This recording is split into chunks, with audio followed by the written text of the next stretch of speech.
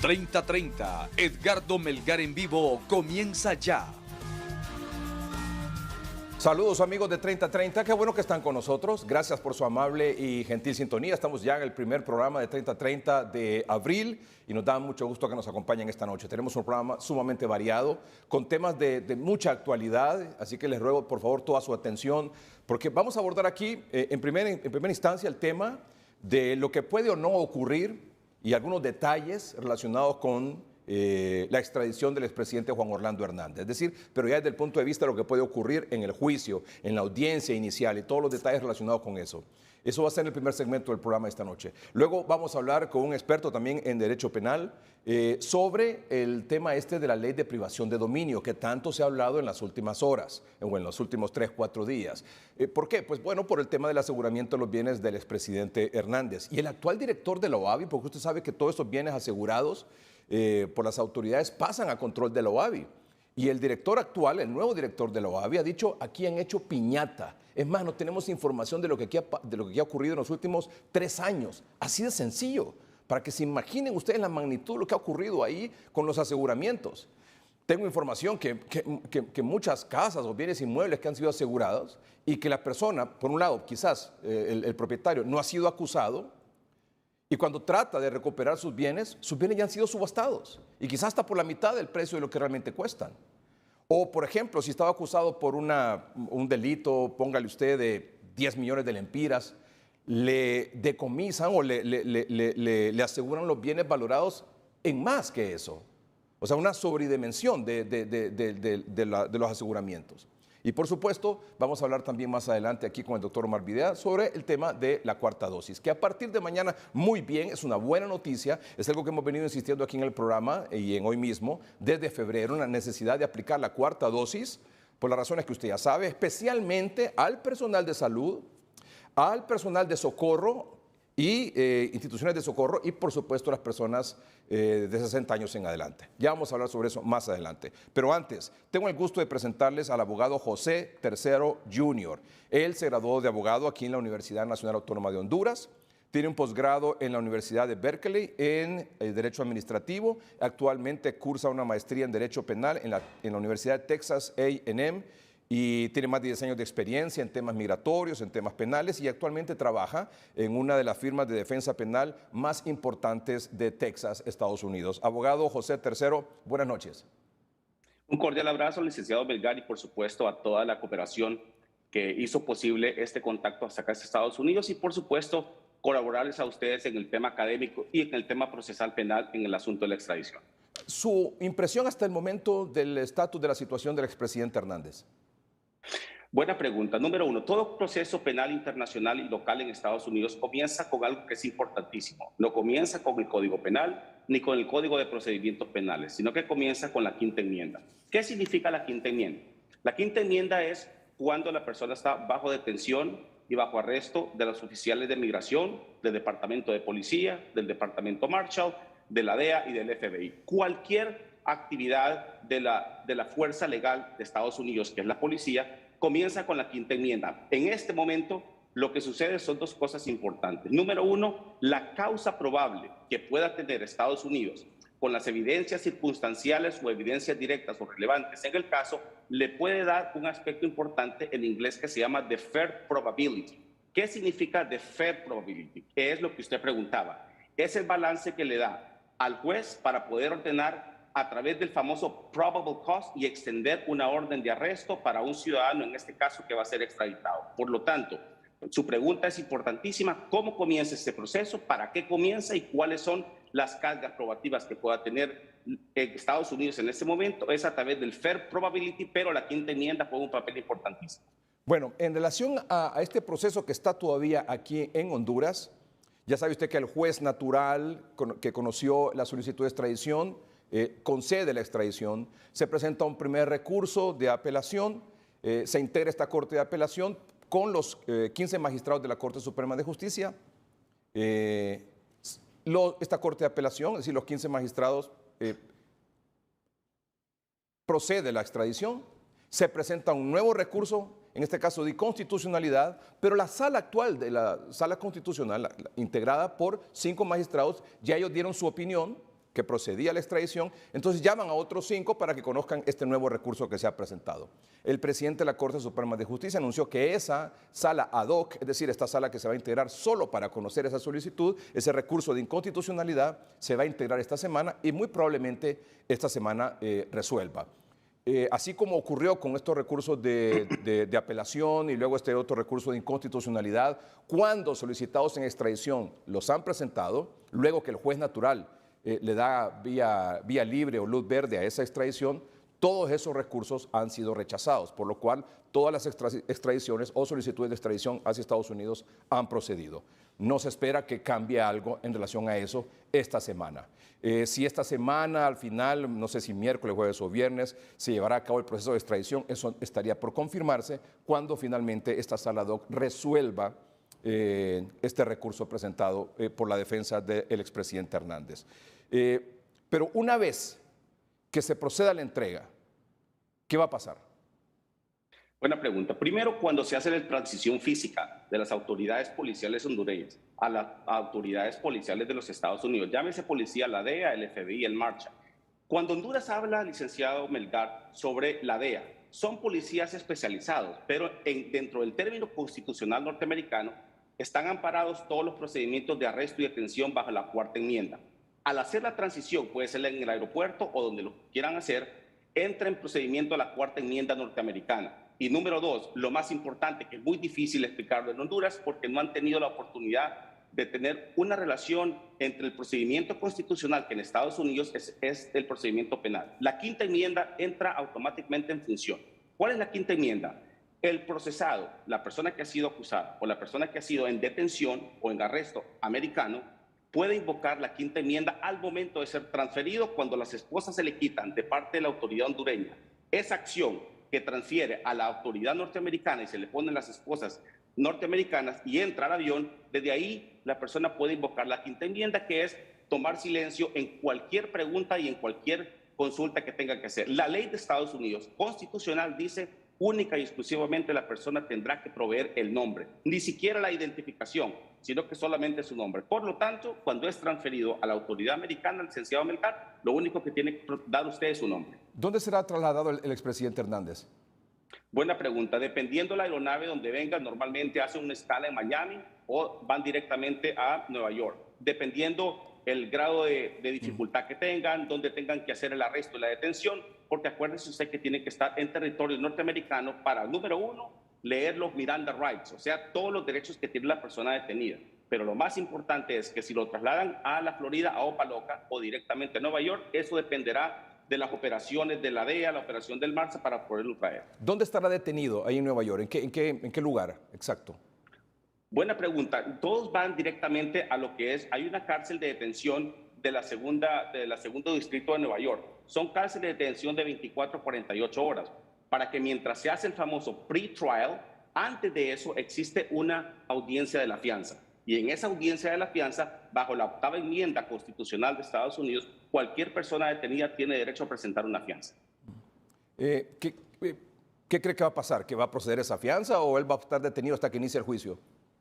Buena pregunta. La causa probable se indica de dos maneras. Uno, cuáles son los testimonios, cuáles son las causas circunstanciales, cuáles son las evidencias relevantes para poder detener a la persona y que no tenga lo que se llama en inglés un flight risk. Ese flight risk lo prueba la Fiscalía de Estados Unidos, pero la defensa ya tiene que estar ahí presente cuando la persona se haga la presentación frente al juzgado. Por lo tanto, la fianza la puede conceder única y exclusivamente el juez con la carga probatoria que pueda tener la Fiscalía y la defensa. ¿Qué cree que va a pasar? Para mí creo que es una de las cosas más difíciles en el tema de lo que es la fianza. ¿Por qué? Porque la fianza va a ser más o menos de $1 millón para arriba. Muy complicado. O sea, el tema es si el juez va a respetar la octava enmienda constitucional. Y la carga probatoria, normalmente en este tipo de casos no los dejan salir, no porque no les den la fianza, sino porque es difícil pagar. Lo otro, ¿cuándo va a iniciar el juicio? El juicio comienza, tienen más o menos de 12 días a 22 días. 12 días a 14 días cuando la persona está dentro del centro de detención. En este caso, si no sale con la fianza, el juicio tiene que comenzar de entre los 12 a 14 días. Y si la persona es enviado en fianza, o sea que puede salir libremente, el juicio podrá comenzar dentro de los 22 días cuando la persona está fuera. ¿Es posible, como hemos visto en otros casos, que a solicitud de la defensa o de las partes, de la fiscalía, no sé, se pueda extender más el tiempo de inicio del juicio? Hay una moción, buena pregunta, hay una moción que se llama Motion to Continue en Estados Unidos. Entonces, dependiendo de la preparación de los fiscales y de la defensa podrá conectarse y decir, necesitamos una Motion to Continue. ¿Para qué? Para poder preparar la causa, para poder preparar la defensa. Y en el caso de la fiscalía, pueden decirle al juez y a la corte que ellos ya están preparados con las cargas que tienen. Entonces, es un balance. Primero hay que escoger el jurado. Segundo, si hay un juicio a través del jurado, entonces se hace la escogencia que en inglés se llama el voir dire. Si hay un juicio a través del juez, que es totalmente inaceptable para una defensa irse a un juicio con el juez solamente, entonces dependerá, licenciado Melgar, de la causa probatoria que tenga la fiscalía y la defensa. ¿Quién será el juez? Puede ser cualquier persona independiente. Digamos, si hay un juez que la defensa no le parece, porque ya ha tenido antecedentes anteriores de condena contra personas que tienen similares delitos, entonces la defensa podrá hacer un cambio en el tema del juez, porque puede existir, que en inglés se llama el famoso bias. Si la defensa cree que este juez ha condenado 3 o 4 personas similares por la misma actividad, entonces puede hacer un cambio. Solicitar un cambio.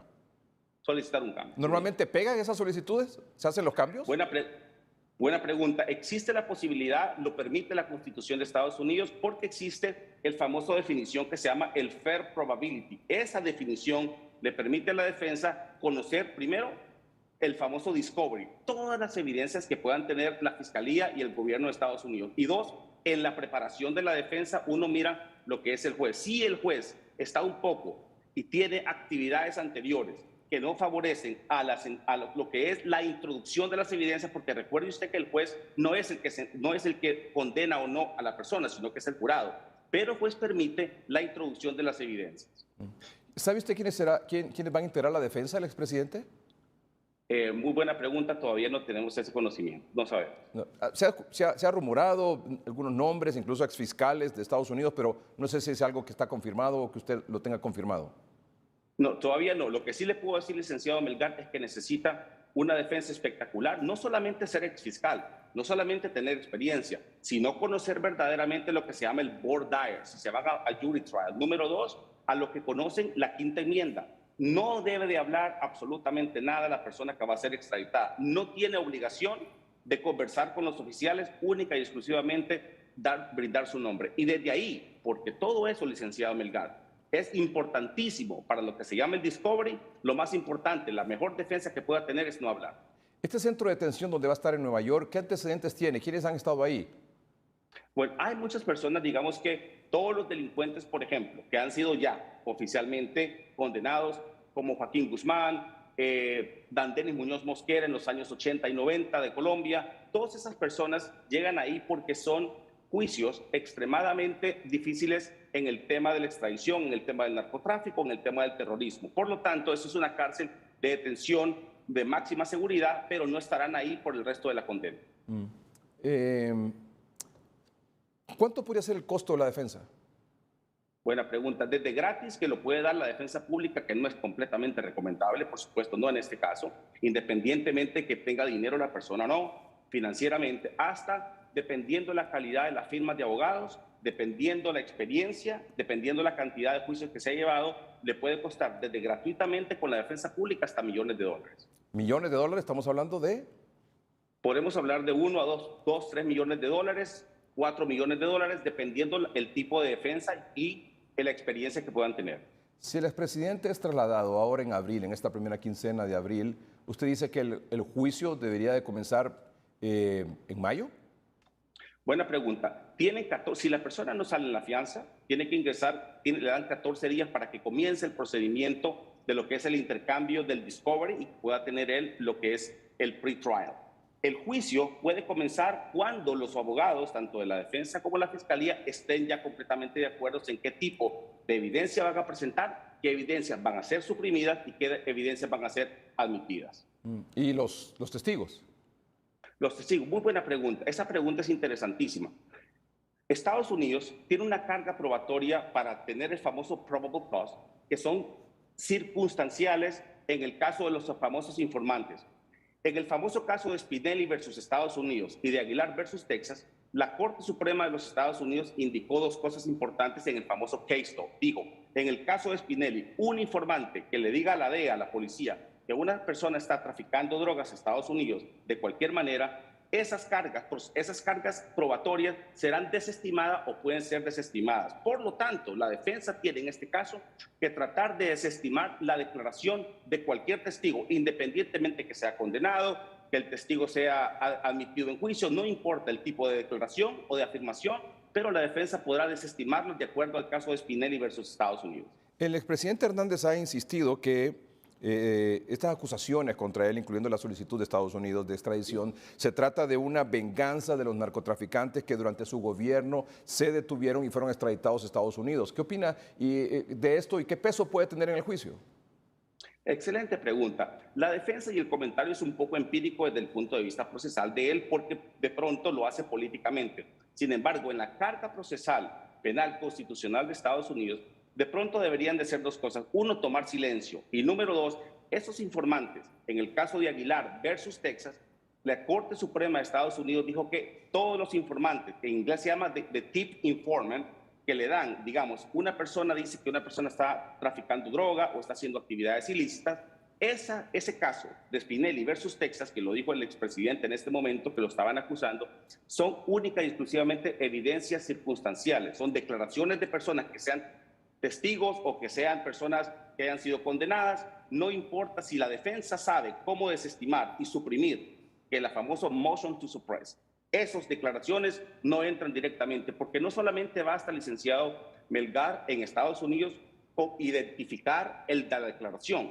sino que se necesita hacer esa declaración admitida. Y la regla 14 de Estados Unidos le permite a la defensa que, independientemente que la persona dijo que hayan tenido relaciones ilícitas, esa evidencia tiene que ser admitida. ¿Cuánto tiempo puede durar el juicio, cree usted? Muy buena pregunta. Si las cargas procesales en contra de una persona son muchas y el discovery es desfavorable en cierta medida, porque en inglés no existe el porcentaje, en el derecho constitucional no hay porcentaje, no es 70% culpable o 40%, sino que en inglés se llama likely, most likely, less likely, o sea, no existe porcentaje. Si las cargas procesales son muy fuertes en contra de una persona, de pronto entrará lo que se llama el famoso plea bargain y podrá finalizar el juicio en 6 meses. Si existe una buena defensa y esas declaraciones de las personas que dicen que vieron a un individuo haciendo actividades ilícitas, pero que no existen evidencias materiales y que no entran directamente en la carga contra la persona, el juicio podrá llevarse de 1 año hasta 3 años o más. En el caso que sea condenado, ¿dónde será trasladado? Buena pregunta. Existen varias penitenciarías, por ejemplo, ADX en Florence, Colorado, donde están el Unabomber, ¿se acuerdan ustedes de Timothy McVeigh? Estaba Dandenis Muñoz Mosquera de Colombia, todas esas personas que cometieron actos terroristas en el famoso avión de Avianca de 1989 están en ADX Florence, Colorado. Y hay una penitenciaría en Pensilvania que es una de las más famosas y más fuertes. Eso va a depender de la localidad, de la aceptabilidad, si existe espacio físico para esa persona o si existe disponibilidad para él.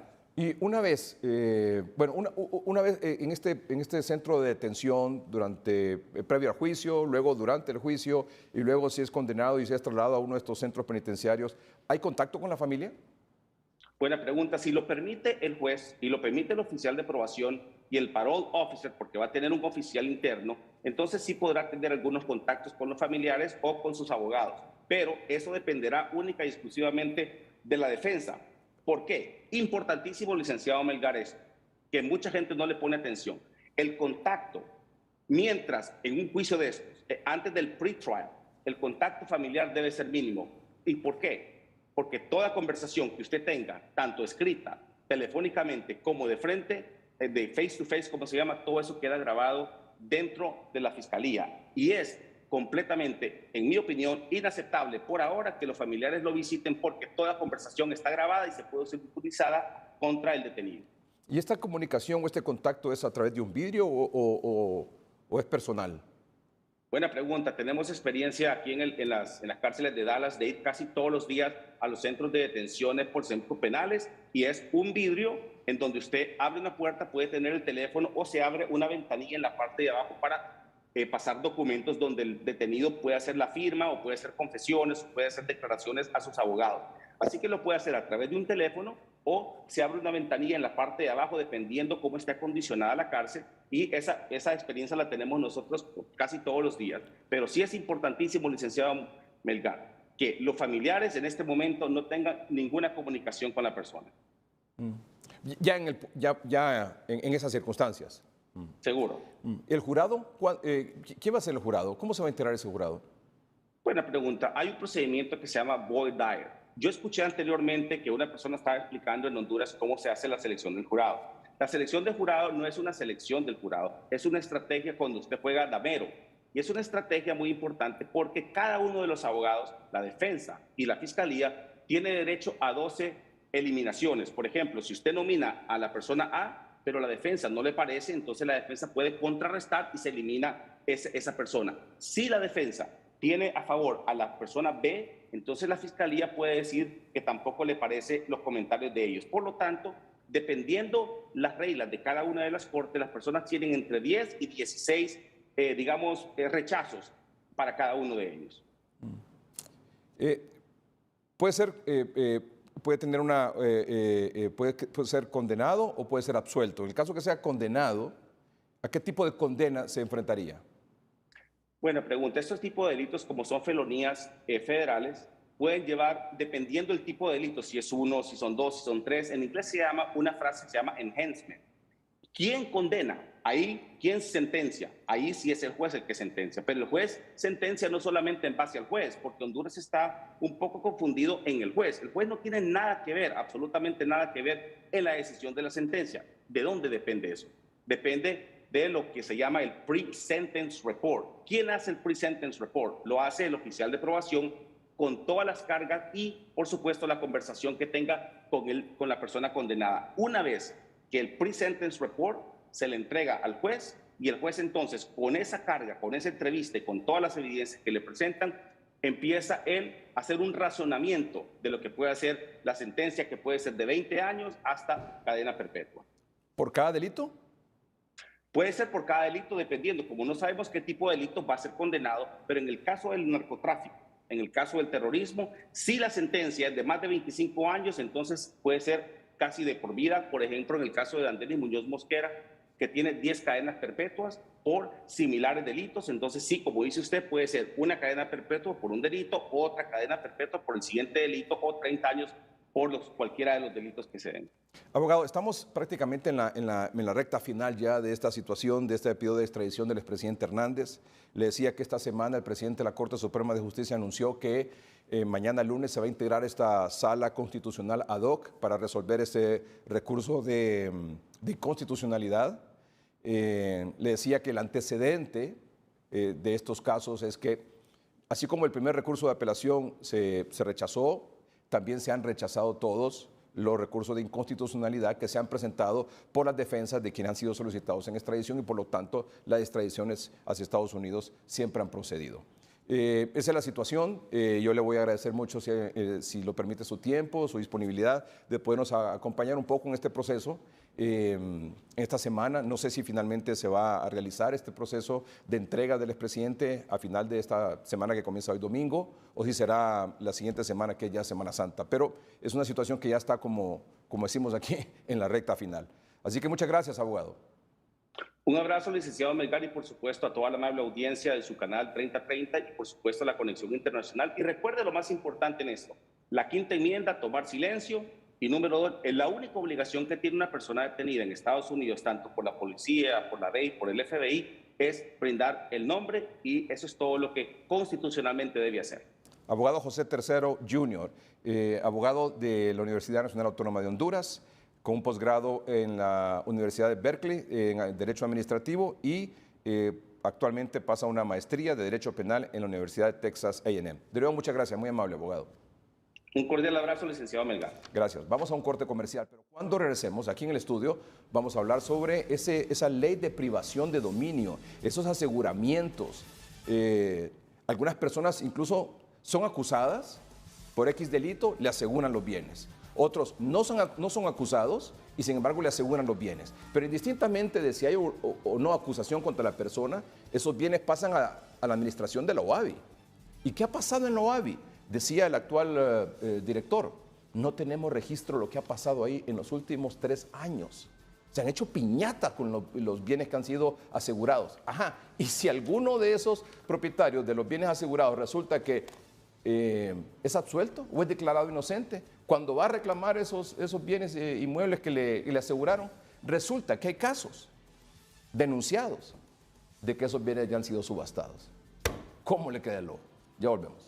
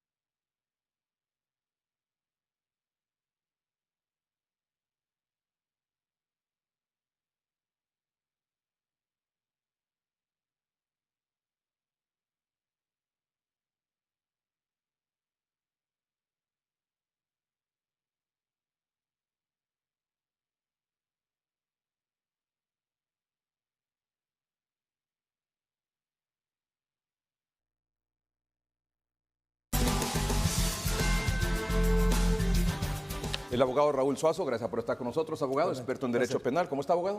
Muy bien, está bien, muy bien. Gracias por invitarme una vez más a este programa. Siempre es un placer poder informarle al pueblo hondureño de los temas de acontecer nacional. Abogado, bueno, usted sabe, se ha hablado mucho, surge nuevamente este tema de la ley de privación de dominio, estamos hablando de los aseguramientos, las incautaciones, todo este tipo de cosas para quienes han sido acusados por X o Y delito, y usted lo va a explicar mejor que nadie. Pero antes de eso, ¿qué cree que va a ocurrir con el caso del expresidente Hernández? Bueno, obviamente he escuchado algunas declaraciones por parte de la defensa del expresidente Juan Orlando Hernández. Me parece que son asuntos que ya se han discutido anteriormente. El hecho de decir que no hay un verdadero tratado de extradición entre Honduras y Estados Unidos. En su momento, en el 2014, yo lo presenté un recurso contra eso, un recurso de inconstitucionalidad, tanto de forma, de fondo, presentamos amparos, habeas corpus y obviamente la decisión de la Corte Suprema de Justicia fue siempre de negarlo. Y en el otro aspecto, en cuanto a que el hecho de que si es llegado a ser condenado va a tener penas que superan a las penas que están ahí en Honduras y que obviamente va en contraposición con lo que establecen los tratados internacionales suscritos por Honduras, también lo alegué en su determinado momento y también se ha alegado en otras oportunidades, y el criterio de la Corte Suprema de Justicia es el siguiente, y es que dijo que desde el momento que se hizo la reforma constitucional en el 2012, la gente estaba sabida de que podía ser objeto de un juicio en Estados Unidos o en cualquier otro lugar por los delitos de narcotráfico, crimen organizado o terrorismo. Por lo tanto, que no era ninguna violación a ninguna garantía constitucional. Para mí, a título personal, creo que se va a reunir en la sala ad hoc de la Corte Suprema de Justicia y va a ser declarado inadmisible. O sea, no van a llegar a tocarlo, a mirar si hay una, vamos a decir, si se le puede otorgar la suspensión del acto reclamado. No creo que vaya a pasar eso. Y una vez declarado inadmisible, ¿hay algún otro recurso que se pueda presentar? Ya el auto acordado, que es el auto con el que se está conociendo, es muy claro, establece que la única acción o el único recurso que se puede interponer es contra la sentencia que dictamine si procede o no procede la extradición. En su momento también yo lo intenté en el caso de Carlos Arnoldo Lobo y la Corte fue muy clara al establecerme que el auto acordado era muy claro y que se eran las reglas del juego. O sea que esto va a proceder. Para mí, a título personal, creo que va a proceder. Y se ha hablado mucho de que siendo señalado y solicitado por Estados Unidos en extradición por los delitos ya mencionados y ya por todos conocidos, se le deben asegurar sus bienes aquí en Honduras. ¿Por qué? Bueno, antes que todo, y antes de hacer ese comentario, el comentario al respecto, sí quiero dejar claro algo. En primer lugar, yo siempre he comparecido ante los medios de comunicación dando mi opinión legal al respecto, ya que he sido una persona que tiene el conocimiento no solamente en privación de dominio, sino que también tengo un conocimiento en materia de extradición. Obviamente es el ejercicio de mi profesión, el derecho penal, y obviamente conozco, no tengo absolutamente ningún interés en lo particular o en contra o a favor del expresidente Juan Orlando Hernández y en contra o a favor de la ley de privación de dominio. Es más, la ley de privación de dominio es uno de los instrumentos que se utiliza para la lucha del crimen organizado. Obviamente se le trata de desestabilizar económicamente para que obviamente no pueda ser tan prolífero y causar tantas muertes como realmente lo hace. Pero entró en vigencia el 16 de junio del año 2010 y para el año 2012 nosotros presentamos un recurso de inconstitucionalidad contra esta ley porque tiene ciertos artículos, y la mayor parte, que realmente son en contra de lo que establece la Constitución de la República. Por ejemplo, el artículo 7 claramente establece que todas las propiedades son ilícitas y que uno debe de demostrar la licitud de eso. En contraposición, obviamente, a lo que establece la Constitución de la República, que establece que la buena fe se presume. Entonces, explíquenos eso, por favor, porque estoy seguro que los abogados y los entendidos en eso entienden claramente a lo que usted se refiere. Pero cuando usted dice que todos los bienes son ilícitos, es decir, pueden acusar a una persona, por decir algo, por un delito que cometió, estamos en el año pasado, en 2021, y le pueden asegurar bienes que obtuvo o que heredó o que le regalaron en 2010. Sí. Bajo varios principios. En primer lugar, ya la ley de privación de dominio establece claramente por qué acciones te pueden asegurar un bien inmueble o bienes muebles, no importa lo que sea. Y obviamente es cuando se supone que provienen de actividades como el narcotráfico, tráfico de armas, cuando no tienen un origen, una justificación económica legal, y ya establece aproximadamente ese artículo 10 o 11 situaciones en particular.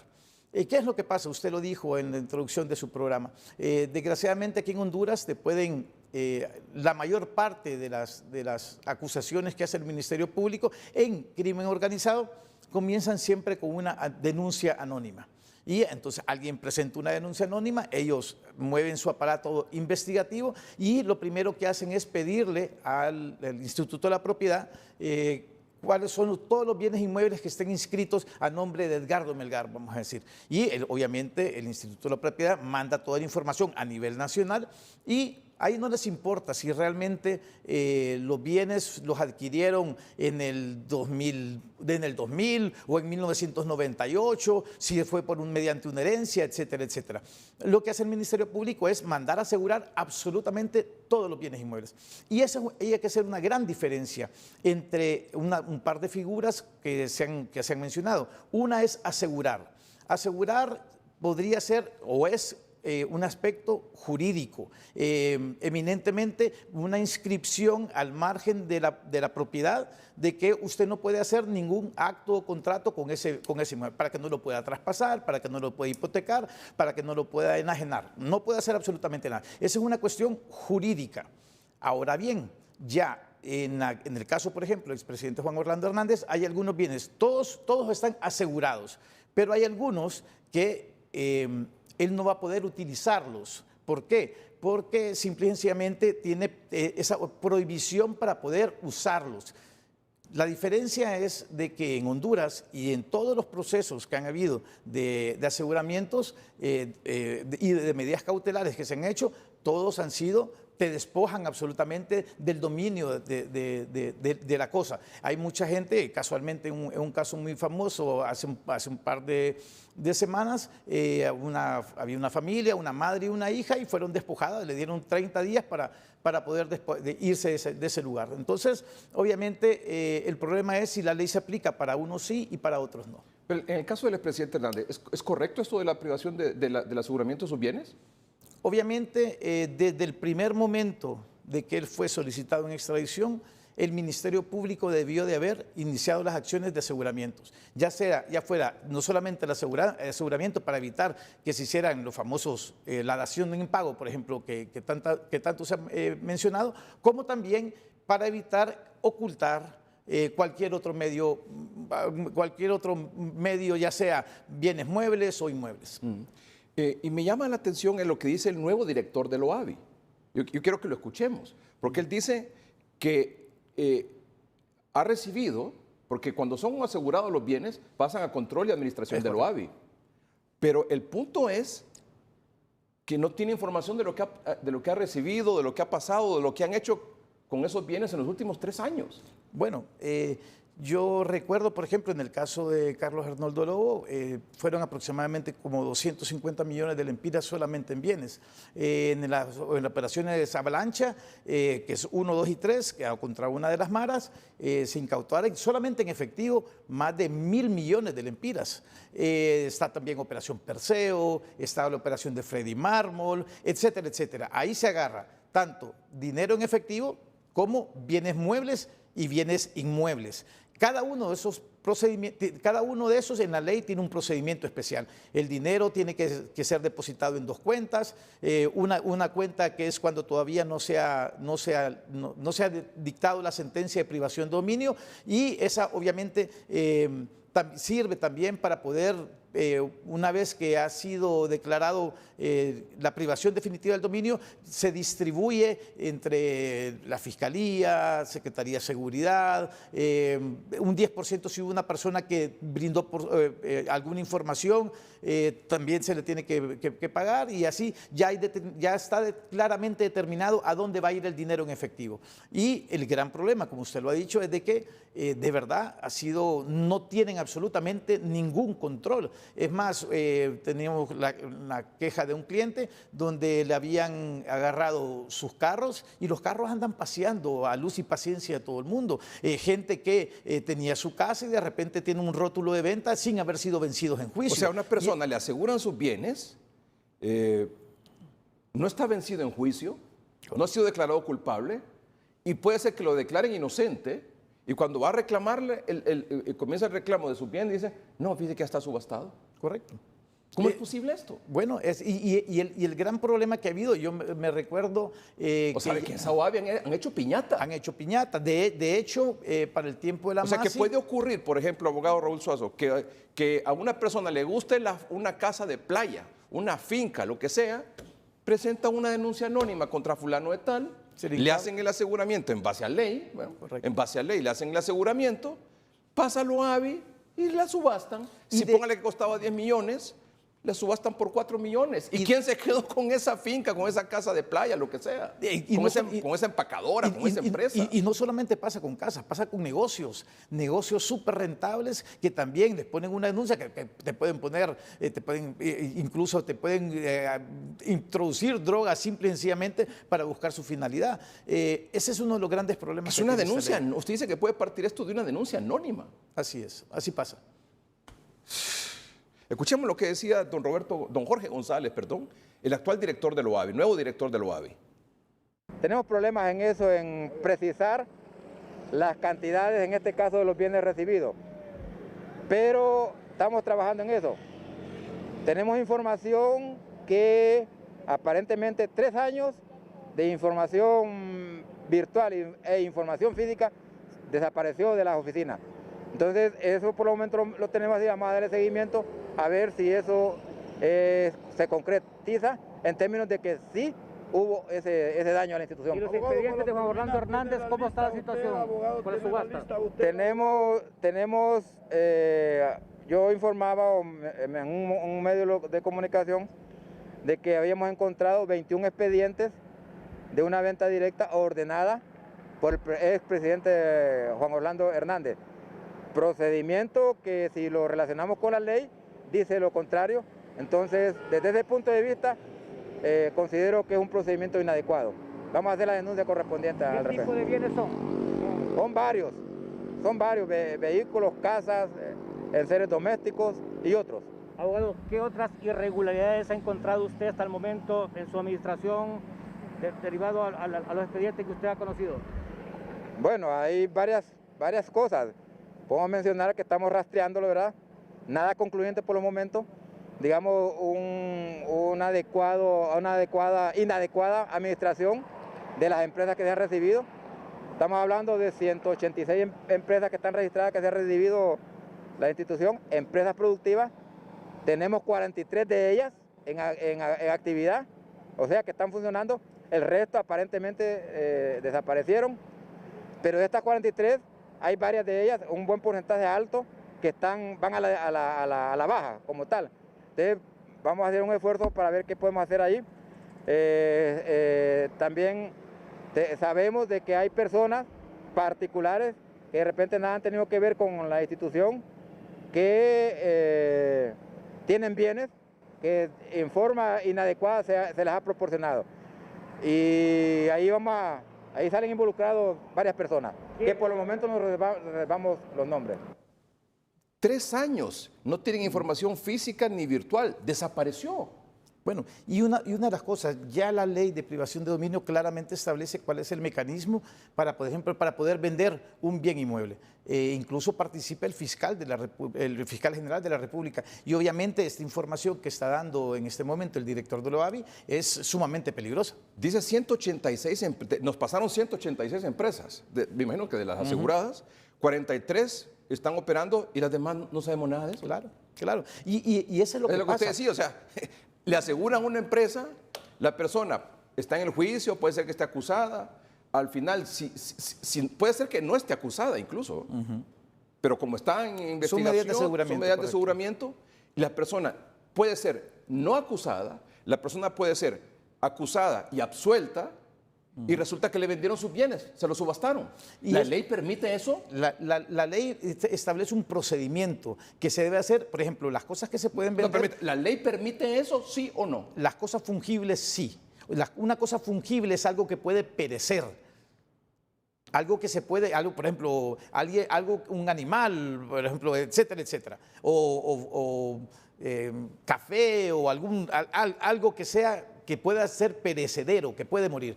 Pero en el caso de los bienes inmuebles, por ejemplo, o de sociedades mercantiles, obviamente no se puede hacer. Se pueden dar en administración, por ejemplo.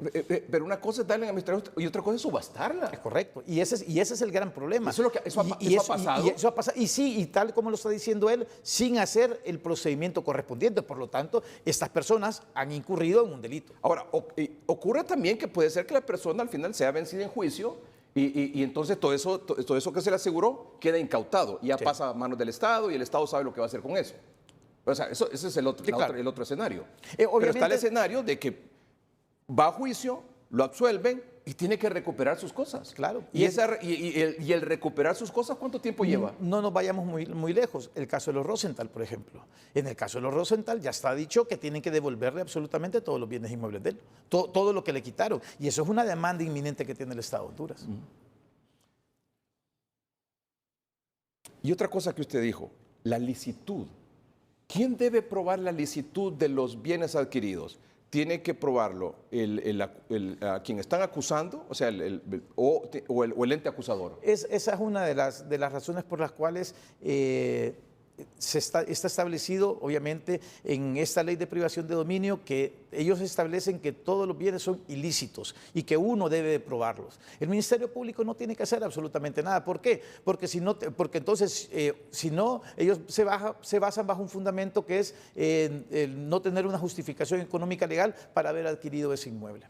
Es decir, pero el punto es, no es que le tienen que probar a usted que usted hizo o que la persona compró eso de manera en contra de lo que establece la Constitución de la República, uno debe de probar de que la forma que adquirió ese inmueble es una forma legal y que no proviene de algún delito. Pero ¿qué es lo que pasa?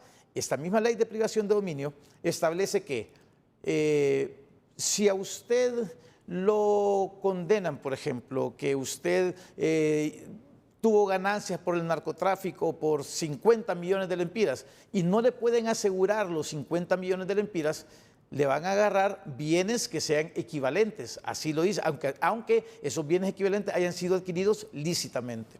Y no necesariamente hacen el aseguramiento por valor de 50 millones, para seguir con su ejemplo. Así es. ¿Puede ser un aseguramiento que implique valores de 100 millones? Es correcto. Pueden agarrarle absolutamente todo. Aunque O sea, esa casa, aunque esa empresa venga de la familia, venga de tantas generaciones y toda la cosa, vamos también a ver, se va a asegurar. vamos a ver, una persona, por ejemplo, que es, por ejemplo, condenada en Honduras por tráfico de drogas, por ejemplo, y que lo encontraron con 1 kilo de marihuana, por ejemplo, o con 1 kilo de coca, vamos a decir, y que eso tiene un precio de, vamos a decir, que se llevó $250,000, 5 millones de lempiras, por decir así.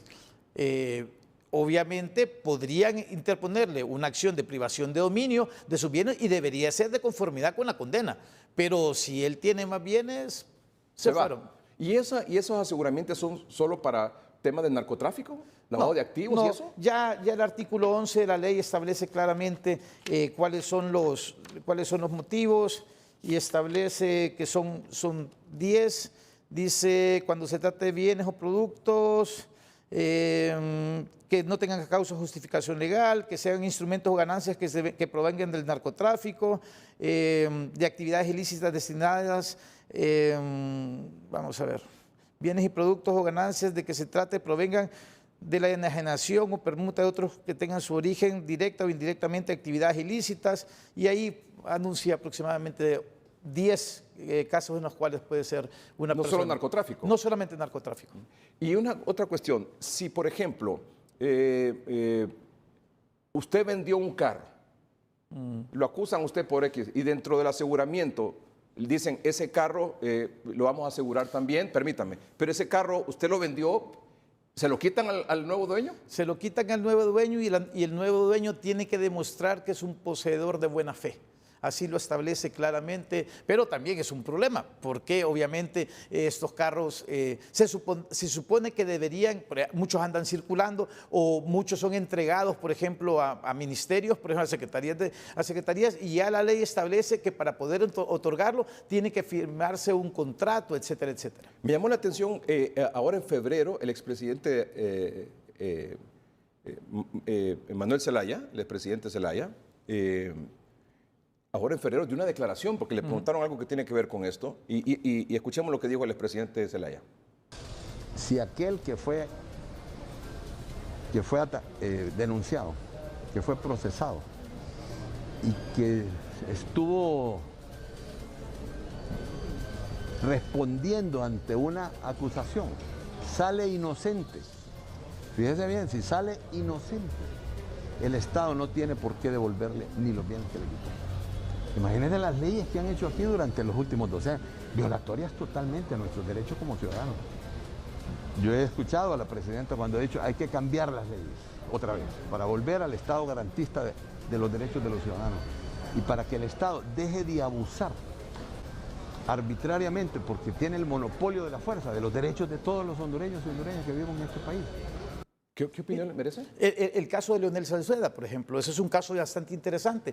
¿Por qué? Porque obviamente él fue llevado a juicio y en el juicio el Ministerio Público no pudo probar que el origen de sus bienes era procedencia del narcotráfico y entonces él tiene una sentencia absolutoria. Y con esa sentencia absolutoria, obviamente tiene que pasar después por un trámite, por un recurso, que seguramente lo va a impugnar el Ministerio Público. Pero una vez que quede firme, él debe de solicitar que se le devuelvan todos sus bienes y es muy probable que todos sus bienes estén mal administrados, se hayan perdido o inclusive podrían haberlos hasta vendido. ¿A eso es lo que se refiere el expresidente Zelaya cuando habla de abuso? Claro. Claro, y es un abuso desmedido y tal y como lo ha dicho ya el actual director, no se tiene absolutamente ningún registro. Y es más, cuando llegan los fiscales y la oficina administradora de bienes incautados a los lugares en particular, llegan solos, por lo tanto hay muchas cosas que se pierden también, o sea, no solamente dinero, sino que también joyas, etcétera, etcétera. Sí. En marzo de 2018, el Congreso Nacional aprobó reformas más o menos en el sentido, para evitar todo este tipo de abusos, a lo cual usted hace referencia, aprobó reformas a esa ley de privación de dominio en marzo de 2018. Fue vetado. Y fue vetado por el expresidente Hernández porque bajo el argumento de que eso limitaba la lucha contra la corrupción. ¿Usted cree que reformar esta ley por los abusos y estas cosas que usted ha mencionado limita la lucha contra la corrupción? ¿Limitaría la lucha contra la corrupción? Es que el gran problema yo creo que está en las personas que están manejando la OAVI, en la aplicación de la misma ley, pero obviamente yo siempre pienso que es inconstitucional. De hecho, el dictamen que había hecho el Congreso Nacional establecía que sí habían que hacerse algunas reformas y en otras no debían de tocarse los artículos. Y los artículos que dicen que no se tienen que tocar son en lo que se refiere a la ilicitud del bien inmueble que tiene que creerse que el bien es ilícito y que uno debe probar la licitud. Es decir, pero la pregunta es, ¿reformar esta ley limitaría la lucha contra la corrupción? No, no. Tiene que ser más humana, tiene que dársele mayor responsabilidades a las instituciones, tanto al Ministerio Público como a la Oficina Administradora de Bienes Incautados. Y no solo más humana, sino que legal, justa, claro, correcta, claro. Porque es que lo que estamos viendo que la mala aplicación de todo esto ha permitido estos abusos. Si este señor nos está diciendo que tiene 3 años, abogado, de que no hay registro ni físico ni virtual de lo que ahí tienen, de lo que ahí pasó. Y es la cantidad ¿qué se hizo dinero con el dinero, los bienes inmuebles, sí, carros, casas, empresas, etcétera? Él lo está diciendo. Efectivamente. Yo creo que, y ha sido, creo que han pasado 3 directores últimamente que los han quitado y cambiado bastante rápido. De hecho, escuchábamos la semana pasada que hay uno de ellos que está acusado criminalmente por parte del Ministerio Público por haberse llevado carros y habérsele ordenado que devolviera unos vehículos y que no los ha devuelto. Obviamente puede ser porque no los ha de encontrar. O sea, yo no sé, sería bueno que montaran una auditoría forense, no sé. Mire, se me ocurre a mí, ustedes es lo que saben, pero que digan ahí, ajá, ¿y ese dinero dónde se fue? ¿Y esa casa dónde se fue? ¿Y ese edificio dónde se fue? ¿Y la finca, lo que sea, todos esos bienes inmuebles, por qué se subastaron? ¿Quién los compró? Y no solamente eso también, Edgardo, porque también hay empresas súper rentables, pero súper rentables, que después de ser pasadas a la OAVI han llegado a la quiebra, o sea, completamente, cuando eso le significaba al Estado de Honduras un negocio, o sea, está recibiendo empleo para la gente, ingresos de impuestos, etcétera, etcétera. Dos cosas. Una persona que le aseguran sus bienes, le aseguran su casa, por ejemplo, ¿puede seguir viviendo en su casa? Esa es la diferencia entre aseguramiento e incautación. En la mayor parte de los casos, el Ministerio Público te solicita la incautación y te sacan de ahí. ¿Tiene que salir de la casa? Sí. Sí, esa es una de las cosas de las reformas que siempre se estuvo peleando. Que es más, si no me equivoco, el doctor Denis Castro Bobadilla había presentado una reforma a esta ley específicamente en ese sentido. ¿Y a un empresario que le aseguran un negocio, una empresa, puede seguirla administrando? General, aunque esté asegurada. Mire, tienen muy malos administradores, no los dejan. O sea, ¿por qué? Porque se supone que es una persona que está ligada con situaciones anómalas, por lo tanto no los dejan. Generalmente alquilan estas empresas o alquilan las casas. Muchas veces los mismos administradores de la OAVI han vivido en estas casas o se las han dado a sus queridas o han hecho a vista y paciencia, inclusive del mismo Ministerio Público, han hecho desastres. Vamos a una pausa comercial, ya continuamos. Abogado Raúl Suazo, sobre esa ley de privación de dominio, entiendo que cuando se aprobó, bueno, fue en 2010, luego se presentó en 2010, bueno, se aprobaron algunas reformas, como le hemos mencionado en marzo de 2018, luego el presidente Hernández vetó esas reformas, y luego creo que la Corte Suprema de Justicia emitió una opinión sobre esa ley, o sobre esas reformas. Sí. ¿Cuál fue la opinión de la Corte? Bueno, realmente hay que a poner en conocimiento, esta ley de privación de dominio es una copia al carbón de la ley de la que era la ley de privación de dominio en Colombia. Y así fue implementada, si no me equivoco, fue propuesta por Oscar Álvarez, si no me equivoco. Y obviamente el dictamen de la Corte Suprema de Justicia estableció que debía de otorgarse en la reforma, pero solamente sobre algunos aspectos. Pero aspectos, por ejemplo, como la ilicitud de la ley, debía quedarse porque era el mecanismo necesario para la lucha contra el crimen organizado. O sea que hay opiniones de diferentes sectores. De que hay que hacerse una reforma. De que hay que meterse al tema. Es correcto. De que hay que analizarlo. Porque esa que dice usted, esta ley es una copia de la de Colombia. Sí. ¿La de Colombia sigue igual? No, ya la cambiaron. Ya la cambiaron. O sea, la actualizaron. La actualizaron, porque obviamente también se violentaron muchísimas garantías y derechos Y constitucionales. se permitía, como ha ocurrido aquí, estos abusos Claro. que se han denunciado, ¿verdad?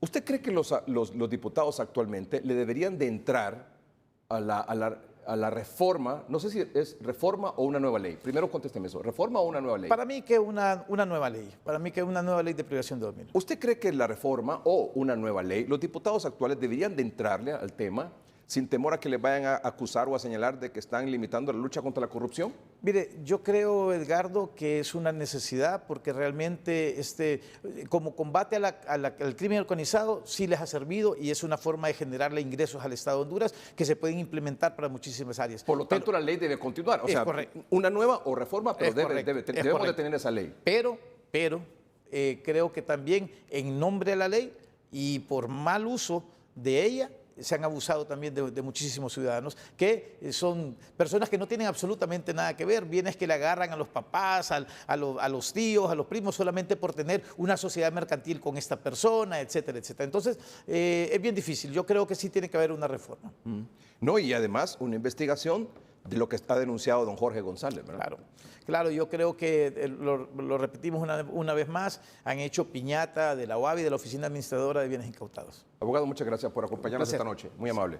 Vamos a un corte comercial. Ya regresamos.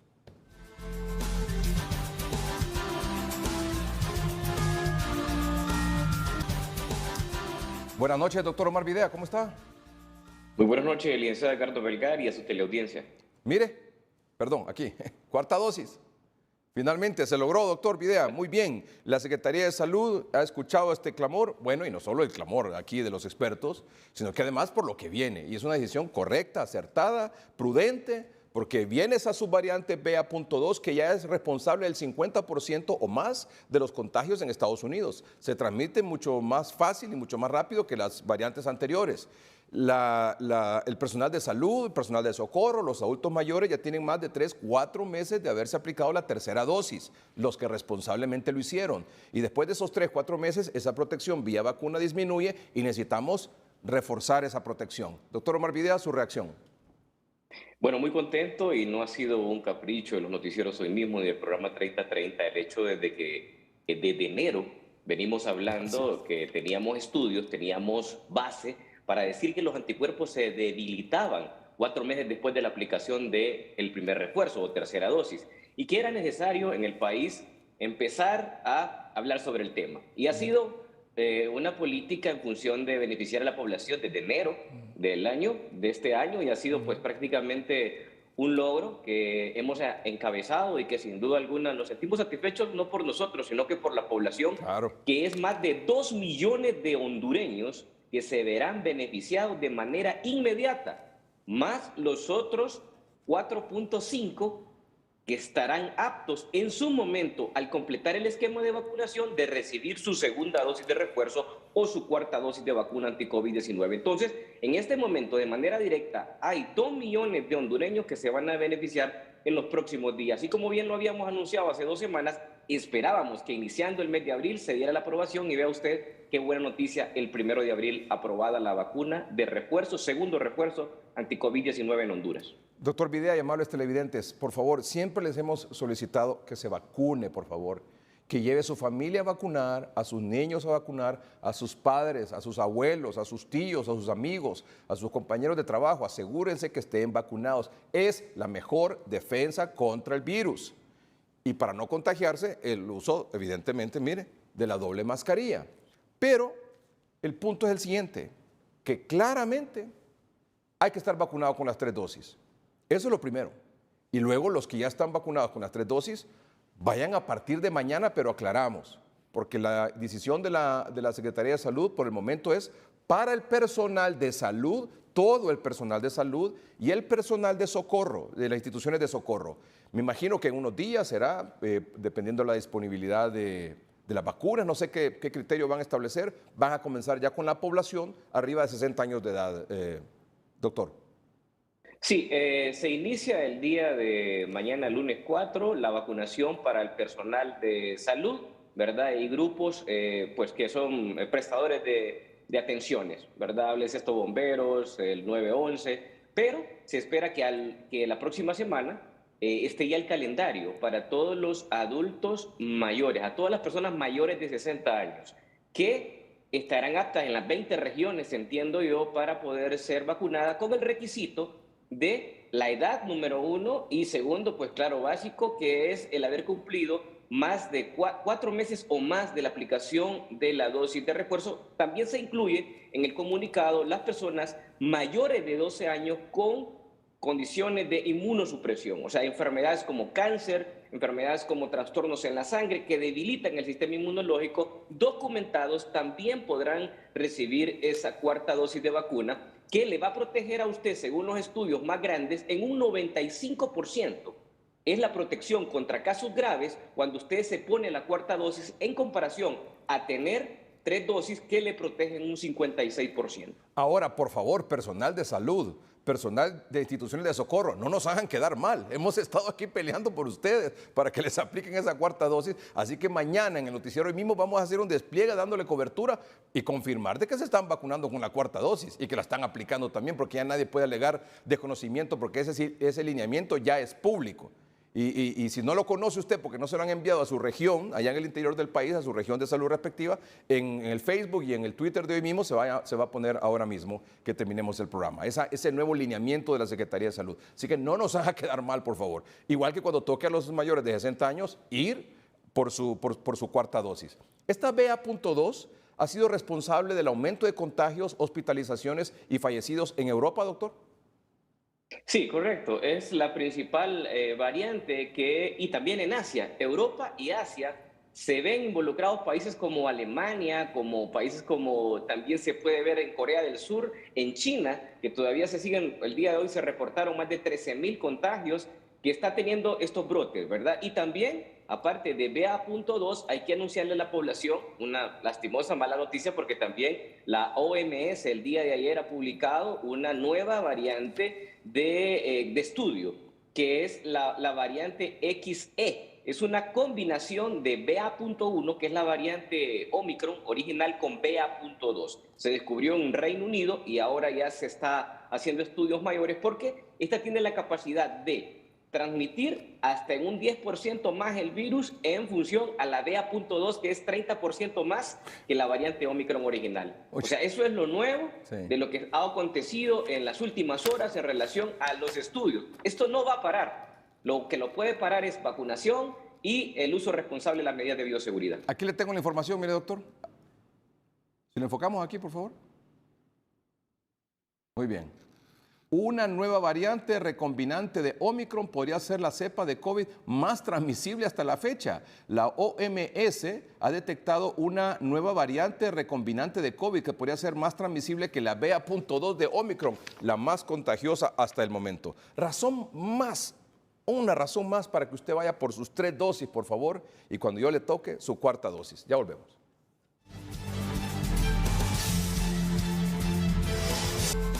Doctor, estamos ya en la víspera del inicio, de la Semana Santa, próximo fin de semana. ¿Cuál sería su consejo? El primer consejo para prepararse para Semana Santa es, número 1, actualizar su carnet de vacunación anti-COVID-19. Cual sea la vacuna que le haga falta en el orden, la primera, la segunda, la tercera, usted debe de aplicársela. Será una forma segura como usted se protegerá usted y protegerá a su familia. Medidas de bioseguridad en todo momento. Evite los lugares hacinados. El COVID ha disminuido, no hay duda, pero no se ha terminado. Se siguen reportando casos semana tras semana. Así es que la probabilidad de enfermar está latente, pero si nosotros ponemos esos escudos que ya conocemos que funcionan, sin duda alguna será un verano bioseguro, que es lo que esperamos para la población. Sí, probablemente aumenten los casos, esperamos que no sea en gran magnitud. Todo depende del cuidado individual. Es una responsabilidad de uno. El hecho de que si va a tomar la decisión de salir de casa, debe de acudir pues a todas las medidas de prevención para evitar contagios y multiplicación. Doctor Videa, muchas gracias, muy amable. Un gusto, buenas noches. Gracias. Gracias a usted por su atención. Buenas noches y que estén bien.